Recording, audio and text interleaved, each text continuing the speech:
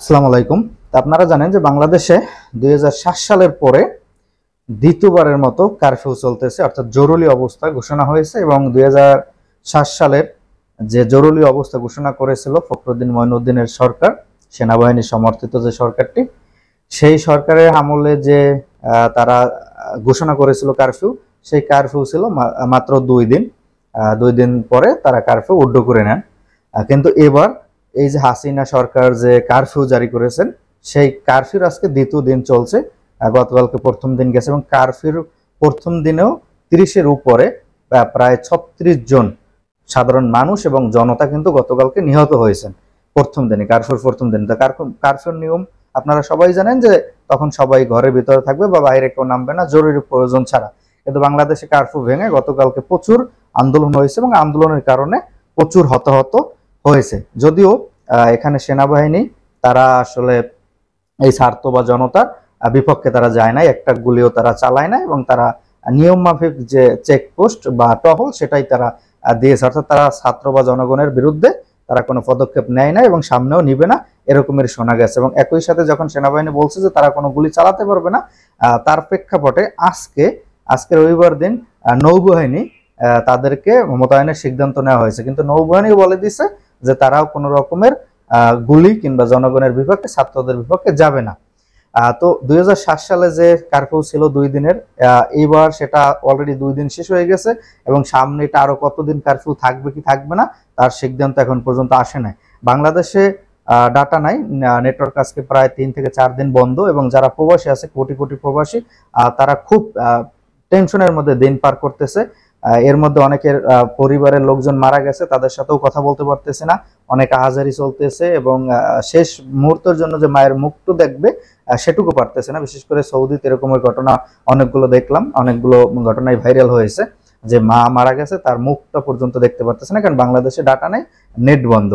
তো প্রবাসীরা পরিবারের সাথে টোটালি কোনো কথা বলতে পারতেছে না, যোগাযোগ করতে পারতেছে না। এবং যখন বাংলাদেশে এই ডাটা কবে শুরু হবে কিংবা কবে ছাড়বে তারও কোনো হদিস নেই। যখন ছাড়া হবে তখন হয়তো বা অনেকেই দেখবে যে তাদের আত্মীয় স্বজন মারা গেছেন, এই যে আন্দোলন, সেই আন্দোলনে শহীদ হয়েছেন, পরিবারের অনেক সদস্য অনেকেরই নাই, অনেকের আত্মীয় স্বজন ভাই বন্ধু বান্ধব নাই, এগুলো অনেকেই দেখতে পারবেন। জানি না এটা কবে মানে সবকিছু ঠিক হয়। তবে এই সপ্তাহে যেহেতু এই যে রবিবার দিন এবং সোমবার দিন সরকারি ছুটি ঘোষণা করেছে, সেই সরকারি ছুটি ঘোষণার পরেও যে এটার আসলে যে উন্নতি হবে কিংবা আন্দোলন থেমে যাবে এরকমও কিন্তু কোনো সম্ভাবনা এখন পর্যন্ত দেখা যাচ্ছে না যে এই আন্দোলনটা থেমে যাবে। কারণ আন্দোলন না থামার কারণ আছে, কারণ এই যে হতাহত, যদিও প্রথম আলো পত্রিকা তারা 1.5 শতাধিকের মতো নিহতর খবর দিচ্ছে, কিন্তু অন্যান্য যে সূত্রগুলো বা অন্যান্য যে মাধ্যমগুলো সেখানে এর সংখ্যা 2 থেকে 3 গুণেরও বেশি কথা বলা হচ্ছে। এবং ঢাকার অনেক রাস্তা অলিতে গলিতেও কিন্তু লাশ পড়ে থাকতে মানুষ দেখেছেন। সেজন্য বলা যায় যে এই সংখ্যাটা অনেক হবে, মানে এখানে আপনার সেটা 3 থেকে 400 অধিক হয়ে যেতে পারে। এবং অনেক পুলিশ সদস্য মারা গেছে, র্যাব সদস্য মারা গেছে এবং পুলিশ সদস্য মেরে তারপরে ঝুলিয়ে রাখা হয়েছে। সেগুলো কিন্তু পুলিশ এবং প্রশাসন কিন্তু প্রচার করতেছে না। প্রচার কেন করতেছে না? করলে তাদের যে মনোবল আছে সেটা ভেঙে যাবে। যদিও মনোবল ভাঙার পরেই কিন্তু সেনাবাহিনী মোতায়েন করতে বাধ্য হয়েছে। এখন আসি কোঠার বিষয়। এই যে আজকে সেই ক্যাঙ্গারু কোর্ট বা পেটিকোট আমরা যাই বলে, সেই পেটিকোটের রায় আজকে আপিল বিভাগে কিন্তু মুক্তিযুদ্ধে যে কোটা ছিল বা অন্যান্য যে কোটাগুলো ছিল সেই কোটাগুলো বাতিল করে ওখানে 7% কোটা তারা রেখে দিয়েছেন এবং 5% সেই মুক্তিযোদ্ধাদের নাতিপুতির জন্য রাখা হয়েছে এবং 1% তৃতীয় লিঙ্গ এবং প্রতিবন্ধীদের জন্য, আর 1% ক্ষুদ্র যে নিগোষ্ঠী আছে তাদের জন্য রাখা হয়েছে। তো এখন এই যে 7% কোটা রাখা হলো, 93% বাতিল করা হলো, এর আগে 2018 সালে যখন ছাত্র আন্দোলন হলো, যখন এই কোঠার বিরুদ্ধে আন্দোলন হলো, তখন কিন্তু একটা পর্যায়ে সারা দেশ উত্তাল হয়েছিল এবং উত্তাল হওয়ার পরে শেখ হাসিনা সংসদে দাঁড়িয়ে তিনি কিন্তু বলেছিলেন যে কোনো কোঠা থাকবে না। তো তিনি সংসদের মতো একটা জায়গায়, পবিত্র জায়গায়, এবং তিনি দেশের সর্বোচ্চ যেভাবে হোক, অবৈধভাবে ক্ষমতায় থাকুক যেভাবে হোক, সে দেশের প্রধান বা প্রধানমন্ত্রী, সে সংসদে বসে দাঁড়িয়ে একটা কথা বলছেন যে কোটা থাকবে না। সেই কোটা 5 বছর পরে বা 6 বছর পরে আবার বহাল, এবং সেই বহালকে কেন্দ্র করে আওয়ামী লীগের যে নেতা কর্মীরা এবং শেখ হাসিনার যে নিজের ভাষা যে রাজাকারের নাতিপুতিরা কোঠা পাবে নি, তো মুক্তিযোদ্ধারা কেন পাবে না? আওয়ামী লীগের অন্যান্য মন্ত্রী, এমপি, আইনমন্ত্রী সহ ওবায়দুল কাদের এরা সবাই কিন্তু কোঠার মানে যারা আন্দোলন করে তাদের বিরুদ্ধে অনেক রকম রাজে বাজে কথা এবং কটাক্ষ করেছেন। তো তার প্রেক্ষিতে যখন আন্দোলনটা আস্তে আস্তে সামনের দিকে আগালো এবং ছাত্রলীগ, সন্ত্রাসী ছাত্রলীগ এক পর্যায়ে যখন সশস্ত্র হামলা করলো, অস্ত্র দিয়ে গুলি করলো ছাত্রদের উপর, নিরস্ত্র ছাত্রদের উপর, তখন এটা আস্তে আস্তে ছড়াইয়া গেল এবং সারা দেশের যে জনগণ, সাধারণ যে মানুষ, তারা রাস্তায় নেমে আসলো এবং তারা আন্দোলনে ছাত্রদের সাথে যোগ দিল। যেহেতু এটা একটি যৌক্তিক দাবি, সেই যৌক্তিক দাবিতে যখন ছাত্রদের সাথে যখন সাধারণ মানুষ যোগ দিল এবং পুলিশ যখন একেবারে সরাসরি গুলি করলো আবু সাইদ সামনে দাঁড়ানো অবস্থায় তার বুক ঝারঝা করে দেওয়া হলো এবং ঢাকায় একই সাথে যে পুলিশ গোলাগুলি করলো এবং মানুষ একের পর পাখির মতো যখন মারতেছিল, তখন মানুষ এটা আরো ক্ষিপ্ত হয়ে তারা সবাই রাস্তায় নেমে আসে এবং সবাই বুলেটের সামনে দাঁড়িয়ে যান। যেই বুলেটের কারণে এখন পর্যন্ত 3 থেকে 4 শতাধিক বিভিন্ন মিডিয়া বা বিভিন্ন সূত্রের নিউজ এখন পর্যন্ত 3 থেকে 4 শতাধিক মানুষ এতে নিহত হয়েছেন। যদিও প্রথম আলো পত্রিকা বলতেছেন 1.5 শতাধিকের মতো, কিন্তু বাস্তবতা হলো এটা অনেক কয়েক গুণ আরো বেশি। এখন এই যে কোটা আজকে বাতিল করলো ক্যাঙ্গারু কোর্ট, এই প্রধান বিচারপতি তিনি একজন আওয়ামী লীগ, তার বাবা আওয়ামী লীগ ছিল এবং তিনি নিজে আওয়ামী লীগ। প্রধান বিচারপতি কয়েকদিন আগে মাত্র বলেছেন যে যারা টকশো করে তারা মানে অনেক রকম উস্কানি দেয় এবং ছাত্রদের উস্কানি দিয়ে মাঠে নামিয়েছেন, এরকমের কথাও কিন্তু তিনি বলছেন। তিনি মানে ওবায়দুল কাদেরের চেয়েও আর কি বেশি আওয়ামী লীগের এরকমের, যেমন যে রাষ্ট্রপতি একটা আছে উনিও বড় রকমের একজন আওয়ামী লীগের, আপনারা জানেন যে কি পরিমাণ ওই যে চুপ্পু, মানে একেবারেই বাজে। তো এই যে প্রধান বিচারপতি যিনি আছেন, ইনি বর্তমানে আন্দোলনের প্রেক্ষিতে যে বর্তমানে দেশে হতাহত চলছে এবং কারফিউ চলছে, সেই কারফিউর মধ্যে একটি কোড বসিয়ে সেখানে রায়টা দেওয়া হলো যে 7% থাকবে, 93% বাতিল। এখন এইটা কেন দিল, এই রায়টা কেন আসলো? এই রায়টা আসার একটা কারণ হলো বর্তমান যে সহিংস পরিস্থিতি এবং সরকারের যে গদি থাকা না থাকার একটা ব্যাপার এখানে দাঁড়িয়েছে, যে কোনো সময় সরকারের গদি চলে যেতে পারে এবং যে কোনো সময় সেনাবাহিনী কিংবা সশস্ত্র বাহিনী অন্যদিকে ধাবিত হতে পারে এবং দেশের মানুষ তারা রাস্তায় নেমেছে এবং আন্দোলন অব্যাহত আছে। কারফিউ প্রথম দিনও 35 থেকে 40 জন মানুষ নিহত, এটা বাংলাদেশের ইতিহাসে এই প্রথম এবং বিশ্ব এরকমের ঘটনা খুব কম ঘটছে। বাংলাদেশের দেশে তো ঘটেই নেই, বিশ্ব কম ঘটছে। এবং আজকে দ্বিতীয় দিনও আন্দোলন চলতেছে এবং আজকে রায়ের পরেও আন্দোলন চলতেছে এবং এখনো আন্দোলন রানিং আছে।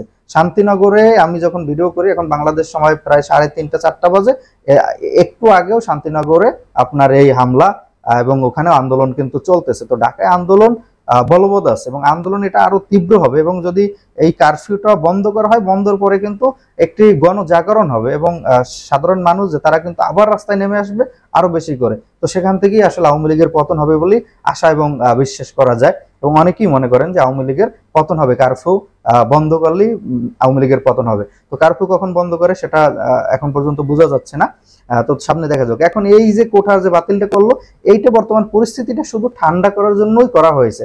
তো তারা যদি আওয়ামী লীগ মনে করতেছে যে এই পরিবেশটা যদি এখন এই কোটা বাতিলের কথা বলে যদি ঠান্ডা করা যায়, 2018 সালে যেভাবে করেছিল যে কোটা থাকবে না সংসদে বলে, ওই পরিবেশটা তখন ঠান্ডা করা হয়েছিল এবং সেম অবস্থায় এখন যেহেতু দেশে সহিংসতা চলছে বা সহিংস চলছে, প্রতিদিন মানুষ মারা যাচ্ছে, আন্দোলন চলছে, সেই জন্য এই পরিস্থিতিটা শান্ত করার জন্য কোর্টের মাধ্যমে রায়টা দেওয়া হয়েছে। এবং এই কোর্ট কিন্তু আওয়ামী লীগের যে কোর্ট, যে পেটিকোট, সেই পেটিকোট কিন্তু তারা কিন্তু বলেছে যে এটা চাইলে যে যারা আছে আইন বিভাগের লোকজন অর্থাৎ প্রধানমন্ত্রী বা সংসদ চাইলে এটা আবার পূর্ণ একটা রায় দিতে পারবে। পূর্ণ রায় বলতে তারা কোটা বাড়াতে কমাতে তারা পারবে। তো এইটা দেখা গেছে ঠান্ডা হলে 6 মাস 1 বছর পরে দেখবেন এই কোঠা বাতিল করছে বা হাইকোর্টে বা আপিল বিভাগে যে রায় দিছে সেটা আবার বাতিল করে দিবে সংসদ বা প্রধানমন্ত্রী নিজে দিয়ে, তখন আবার দেখবেন আগের জায়গায় তারা চলে আসছে। এরকমের ঘটনাই ঘটবে। কিন্তু বর্তমানের যে এই পরিবেশটা, যে বর্তমানে যে বাংলাদেশ যে বর্তমানে যে অবস্থায় আছে, সেই অবস্থাটা ঠান্ডা করার জন্যই আসলে এই রায়টা দিছে বলে আমার কাছে মনে হয় এবং অনেকেই মনে করেন। কিন্তু এখন এই রায়ের পরে কি মানে ছাত্র নেতারা কিংবা যারা জনসাধারণ আছে, জনতা আছে, তারা কি আন্দোলন কি থামিয়ে দিবেন? কখনোই না। এই আন্দোলন থামানো যাবে না এবং থামিয়ে দেওয়া উচিত না। যদি আন্দোলন থামিয়ে দেন তাহলে মনে করবেন যে আপনারা কেউ দেশে থাকতে পারবেন না, দেশে থাকলেও আপনাদের জেলের মধ্যে থাকতে হবে। কারণ যখনই এই আন্দোলনটা থামিয়ে দেবেন, 1 মাস 2 মাস পরে গেলেই বিভিন্ন সিসি ফুটেজ গুলো আছে বা ক্যামেরার যে সাংবাদিকদের, আওয়ামী লীগের যে সাংবাদিক তাদের কাছে অনেক ফুটেজ আছে, সেই ফুটেজ ধরে ধরে দেখে একজন করে প্রতিদিন আপনার আটক করবে, নির্যাতন করবে এবং অনেকের ফাঁসিও দিয়ে দিবে, অনেকের ক্রস ফায়ার করবে। তো সেই ক্ষেত্রে আপনাদের এই আন্দোলন কোনোভাবেই থামানো যাবে না। মানে এইটা রায়টা একটা মানে মানুষ দেখানোর একটা রায়, এবং এটা সামান্য যে এই যে বর্তমানে যে আন্দোলনটা চলছে সেই আন্দোলনটা দমানোর জন্য বা থামানোর জন্য এই রায়টা দেওয়া হয়েছে। তো আপনাদের প্রধান এখন কাজ হলো আওয়ামী লীগের এই যে অবৈধ সরকার আছে হাসিনা সরকার, সেই হাসিনা সরকারের পদত্যাগ দাবি করা যায়। এক দফা এক দাবি, এই যে ছাত্র এবং গণহত্যার দায়ে হাসিনাকে পদত্যাগ করতে হবে, এবং শত শত মানুষ হত্যার দায়ে এবং কয়েক হাজার মানুষ আহত হয়ে, ছাত্র আহত হয়ে তারপর হাসপাতালে কাতরাচ্ছে। তো এদের জন্য এখন আন্দোলন করতে হবে, আন্দোলনটা সামনে এগিয়ে নিতে হবে, এবং এই আপনারা যদি আন্দোলন সামনে এগিয়ে নেন তাহলে হাসিনার পদত্যাগ হবে, এবং পদত্যাগ কিংবা হাসিনার পতন হবে। হাসিনার পতন হলেই কেবল আপনারা রক্ষা পাবেন। যদি হাসিনাকে পতন আপনারা না করতে পারেন তাহলে কিন্তু আপনারা কেউ বাঁচবেন না। অতএব এই রায় দেখে আপনারা আন্দোলন থামাবেন না এবং আন্দোলন চালিয়ে নিতে হবে। একই সাথে এক দফা আন্দোলনে যেতে হবে যে হাসিনার পদত্যাগের কারণ তিনি গণহত্যা চালিয়েছেন ছাত্র এবং জনতার উপরে, এই গণহত্যার দায় নিয়ে তাকে পদত্যাগ করতে হবে এবং তারপরে এগুলো বিচার হবে। তো মনের ভুলেও কেউ এই আন্দোলন বন্ধ করেন না, এটা হলো আপনাদের প্রতি অনুরোধ। তো যাই হোক, আপনারা ভালো থাকবেন, ভিডিওটি বেশি বেশি করে শেয়ার করে দিবেন, আর পেজে অবশ্যই ফলো দিবেন নতুন নতুন আপডেট পাওয়ার জন্য। আর আমি চেষ্টা করি বিভিন্ন মাধ্যম থেকে, বিভিন্ন জায়গা থেকে তথ্য সংগ্রহ করে আপনাদের সামনে তুলে ধরার জন্য। তো এই জন্য অবশ্যই আপনারা এই ভিডিওগুলো শেয়ার করে দিবেন এবং পেজে ফলো দিবেন এবং ইউটিউবে সাবস্ক্রাইব করবেন। ইনশাল্লাহ আরেকটি ভিডিওতে আপনাদের সাথে আবার দেখা হবে। আসসালামু আলাইকুম।